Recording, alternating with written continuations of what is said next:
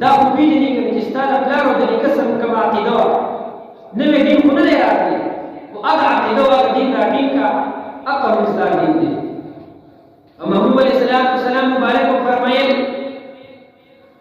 زر دې چې داسې زمانه به راشي په دې خلکو باندې چې دا خلک به تاسو ته داسې احادیث بیانوي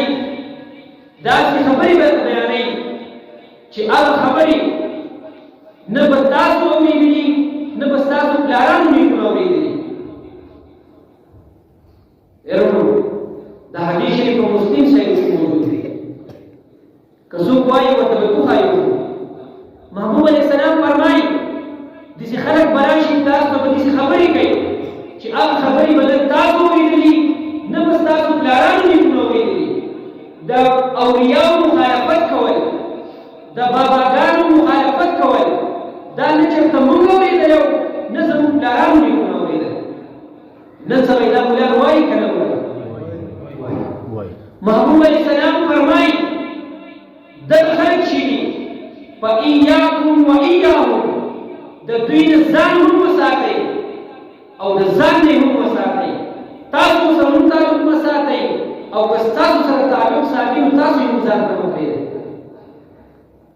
محبوب علیه السلام فرمایي لا یضلونکم ولا یفتنونکم چې دوی تاسو په فتنه کې واچوي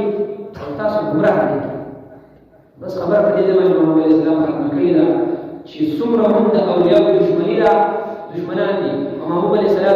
مبارک فرمایل افضل الايمان الحب في الله والبغض في الله د ټول نه بهترین ایمان دا دی چې انسان د چا سره محبت ساتي هم به سره صرف د خدای تعالی د رضا لپاره ساتي چې د اولیاو سره محبت ساتي د هغوی قدر او عظمت په دې ساتي صرف د خدای تعالی د رضا لپاره څومره چې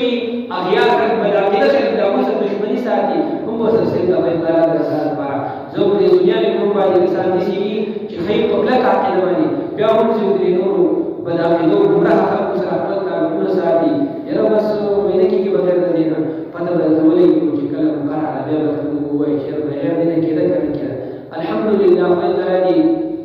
موږ او تاسو څنګه چې د خدای پاک ساتلي یو خدای تعالی موږ بیخي د دغې منافقانو ګستاخانو خلکو نه نسلونه هم زموږ وساتي موږ یې خدای تعالی وساتي امین